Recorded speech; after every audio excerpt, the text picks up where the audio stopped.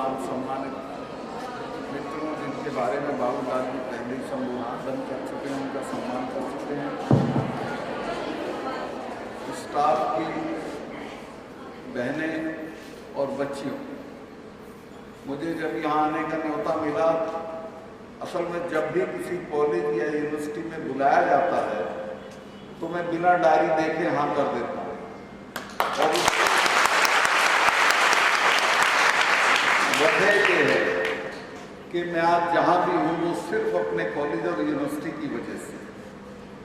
University में वापस जाना माँ की गोद में वापस जाने जैसा है। मैं 2 साल का था तब मेरे पिताजी का देहांत हो गया। यूनिवर्सिटी ने मेरी ऐसी उंगली पकड़ी कि मैं 3 बार प्रेसिडेंट रहा और जब यूनिवर्सिटी छोड़ी तो 26 साल का मैं MLA हो गया। मैं मानता हूँ कि इससे बेहतर कोई चीज आपके व्यक्तित्व का निखार करने की नहीं, और मैं कोई मौका नहीं चुनता हूँ कि जो मुझे बुलाया जाए तो मैं ना जाऊँ। अब मैं आपसे निवेदन ये करना चाहता हूँ, अपने कुछ तजुर्बे हैं जिंदगी के। मैं 5 स्टेट में तो मैं MLA रहा, MP रहा, मिनिस्टर रहा किसी की सरकार में, और फिर 5 स्टेट का गवर्नर। जो सबसे पहला मेरा अपॉइंटमेंट था वो बिहार में था। बिहार में 13 यूनिवर्सिटी थी जो मेरे नीचे आती थी। मैं हर यूनिवर्सिटी के कॉन्वोकेशन में जाता था और वहां मिलता क्या था कि अगर 25 गोल्ड मेडल हैं तो 20 लड़कियों के होते थे और 2 लड़कों के होते थे।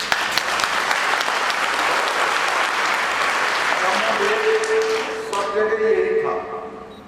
तंग आके मैंने लड़कों को कहा कि भाई साहब सुधर जाओ, अब तो कुश्ती का भी मेडल यही डालना, मुक्केबाजी का भी मेडल यही डालना, तुम क्या करोगे? तुम्हें तो खाना भी बनाना नहीं आता।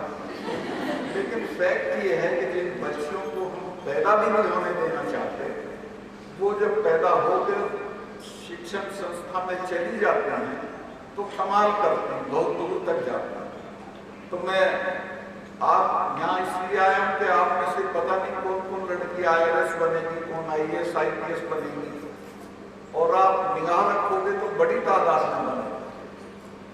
तो ये जो मैं बता रहा था, मैंने सब जगह यही कहा है, देखो बच्चियों से तो पूछोगे कहाँ गई थी, उससे नहीं पूछते कहाँ गए थे। और नतीजा है कि बच्चियां मेहनत करके, सारा घर का काम भी करके और बेहतर किस्म के नंबर लाती हैं और आगे बढ़ जाती हैं। और मैं आपसे निवेदन करना चाहता हूं कि आपका एम्पावरमेंट ना पिताजी के दहेज में है, ना ससुराल की दौलत में है, ना हस्बैंड के पद में है। आपका एम्पावरमेंट आपकी एजुकेशन में है।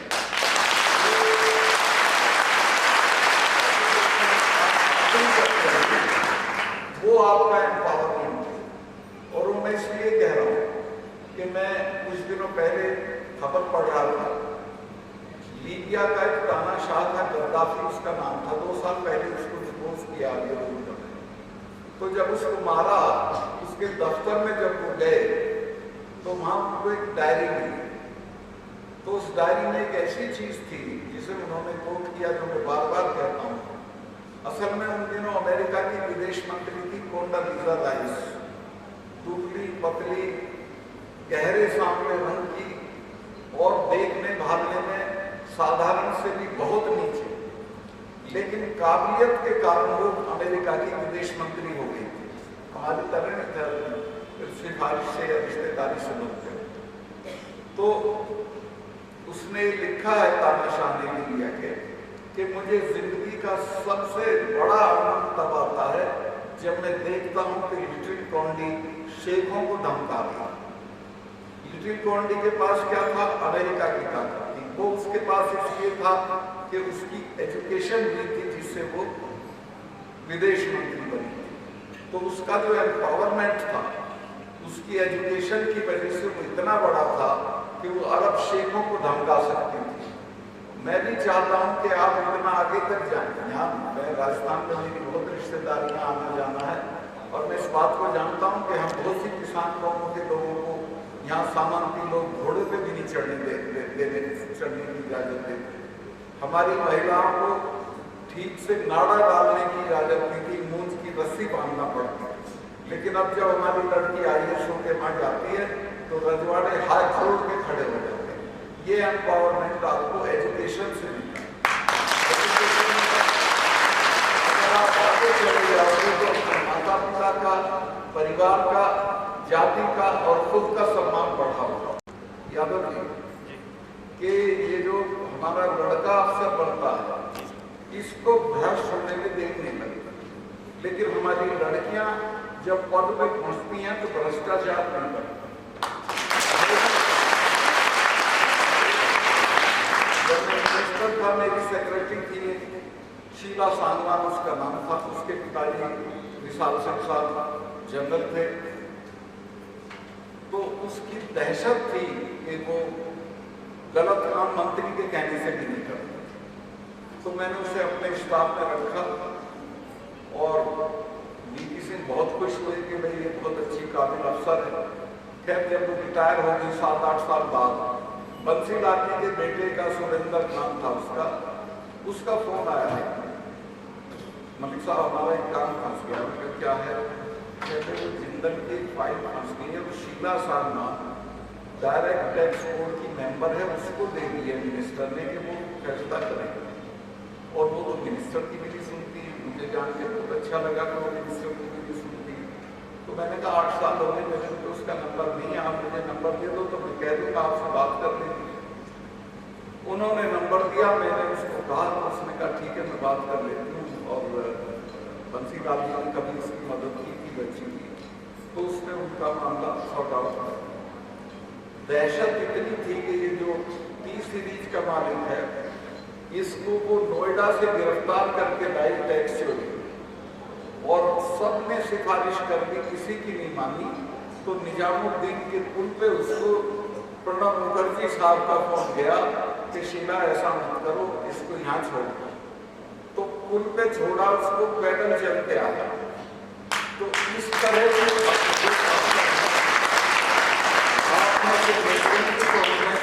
मेरा आया धन्य हो गया। क्योंकि लड़के का तो क्या होता है, उसकी जो घरवाली होती है वो पड़ोसी का दिखा देती है, देखो ये लाई है, उसके घर में तो ये है, तेरे घर में तो ये नहीं है, उसके तो बड़ी गाड़ी और 2-3 साल में उसको खराब कर दिया। लेकिन ये खराब नहीं होती है बच्चे, इनको इस तरह के कोई लालच नहीं है।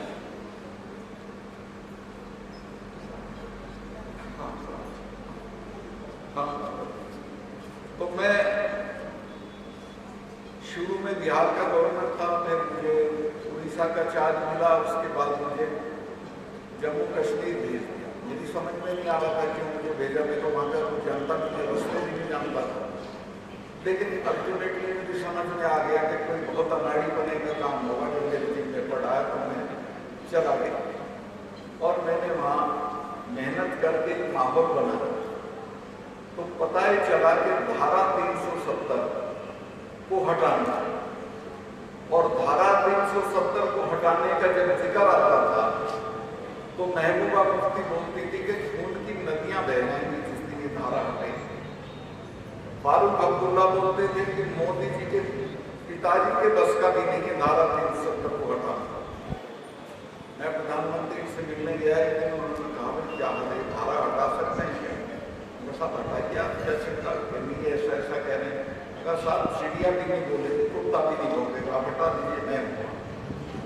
और आप हैरत करोगे बेटा, जिस दिन वो हटाई गई है धारा, उसके बाद पूरे श्रीनगर में एक आदमी सड़क पे नहीं निकला। 3 चीफ मिनिस्टर थे, इनकी जब गिरफ्तारी हुई तो कुत्ता भी इनके पक्ष में नहीं होगा, और सब बंद हो गए, धारा 370 हट गई।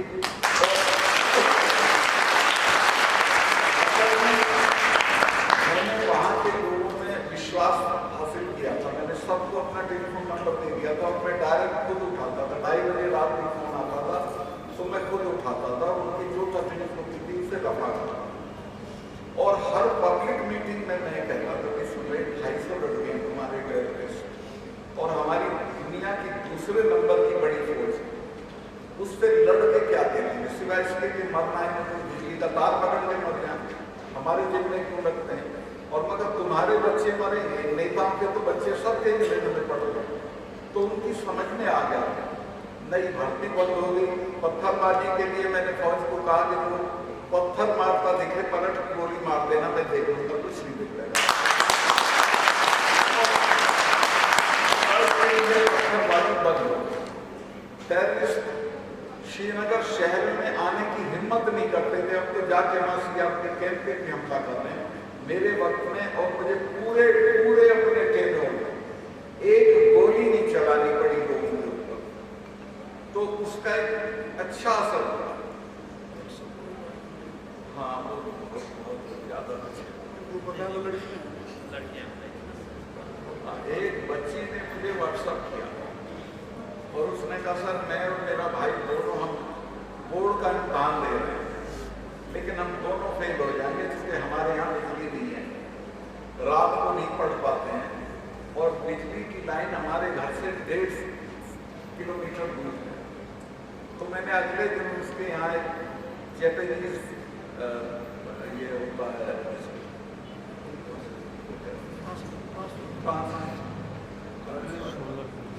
जनरेटर और 6 बल्ब भिजवाए।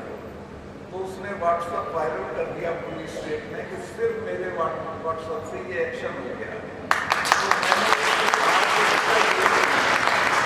मैंने तुम्हें 15 दिन में तुम्हारे घर तक लाइन खिंचवा के दो।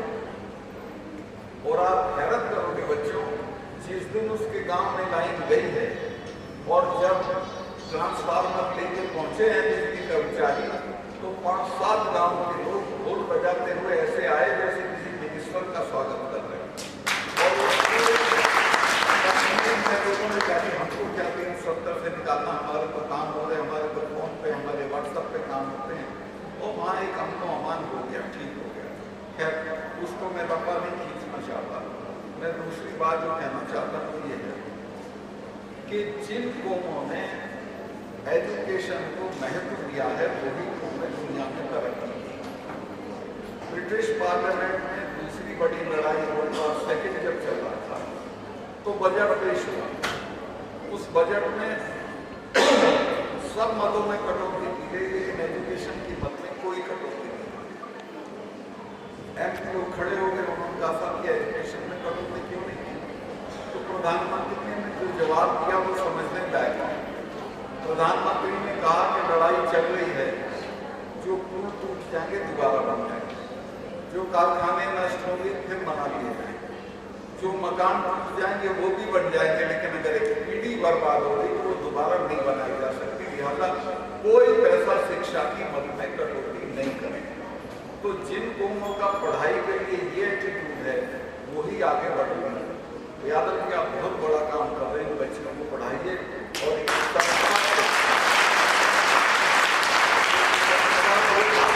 आगे बढ़ रहे हैं। इसमें जो जो चीजें जो जो कोर्सेज ऐड कर सकते हो वो करिए। मेरे लायक कोई बात होगी मैं भी आपकी मदद करूँगा। एक और बात मुझे कहनी कि हमारे समाज में बहुत विकृति आई है। हमारे समाज में जिसके लड़की पैदा हो जाती है उसका सबसे बड़ा सरदर्द होता है रिश्ता करना।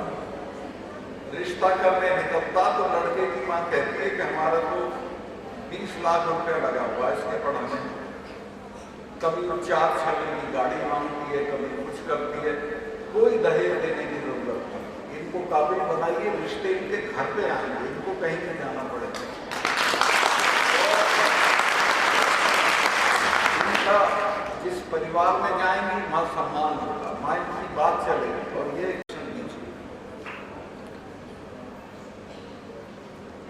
और एक आध बात मेरे जहन में आ रही थी कि मुझे लगता है बुढ़ापा आ गया, भूल जाता हूँ।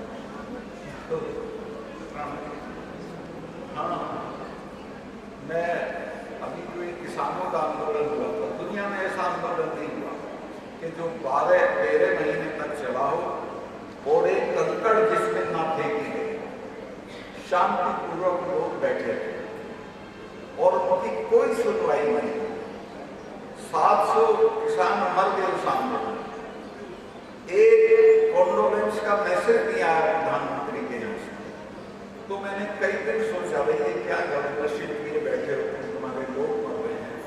तो मुझे बहुत गुस्सा आया, मैं दिल्ली आया, दिल्ली आके मैंने प्रधानमंत्री से समय लिया, उनसे मिलने गया। मैंने कहा साहब ये बैठे हैं तो आप किसान समझ रहे 50-50 गाँव के चौधरी पंचायतों में इनकी बात चल रही, तो इनको कुछ ले दे के निपटा दीजिए।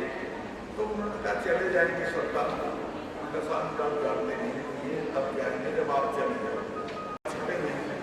तो इन दोनों के मिजाज को समझो और तब इनसे लड़ाई हो। उस वक्त उनकी समझ में नहीं आई, लेकिन वो फिर बाद में 2 महीने बाद माफी मांग के वो कानून वापस किए। तो ये जो किसानों वाला मामला है, मैं अभी भी आपको चेतावनी देता हूँ कि जो सरकार वर्तमान में दिल्ली में है उसमें मैं भी उसकी कांग्रेस पार्टी में था या हूँ आज। इनके बच्चों के पास ये फौज की भर्ती होती थी, इसको भी अग्निवीर कर दिया। 4 साल नौकरी होगी, 4 साल के लिए तुम अपनी जान देने जा रहे हो।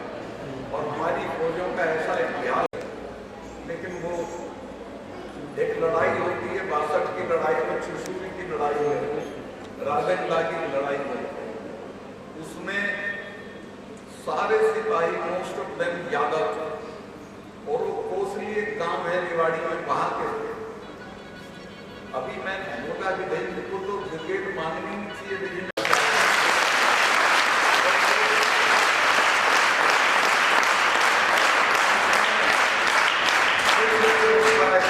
आदमी घर में 2 है, 15 कमरे का मकान, उस पे शान महसूस करते हो। वो कोई चीज नहीं, आपकी बच्ची जब आए सो के आएगी तब जो समाज में आपकी शान होगी वो बड़ी चीज है।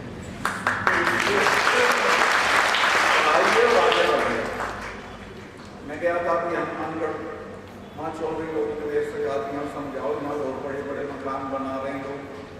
मगर भाई यहाँ समझाने से कोई नहीं मानता। मैं तो खुद 3 बार MP MLA मिनिस्टर रह गया, मैं 1.5 कमरे के मकान में दिल्ली में रहता था, आज भी रहता। लेकिन मैं जब मेरे से मिलते हुए करते थे चौधरी लोग तो हंसते थे, बताओ भाई यहाँ रहता है।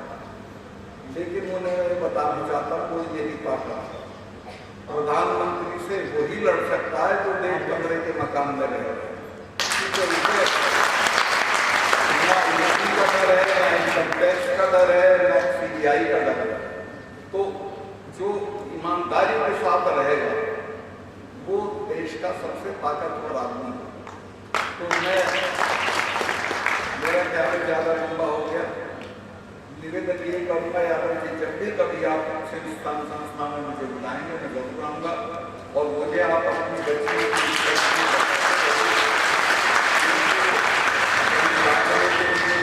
कहीं आगे बढ़ाने के लिए मैं कोई काम आ सकूँगा, उसके लिए भी मैं हाजिर हूँ। और मुझे लगता है कि बहुत संभावना है, बहुत गुंजाइश है, ये बहुत दूर तक जाएंगी और ईश्वर करे कामयाब हों, अपना नाम पैदा करें, अपने परिवार का नाम पैदा करें और आगे बढ़ जाएं। बहुत मेरा ख्याल लंबा हो गया।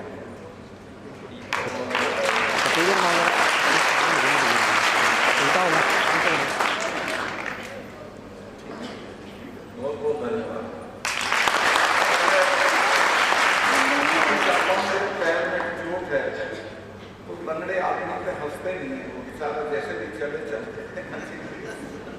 और ये जो फोटो वाले में भी कहूँगा कि लंगाते हुए जब चल रहा हूँ, योग कर रहा हूँ,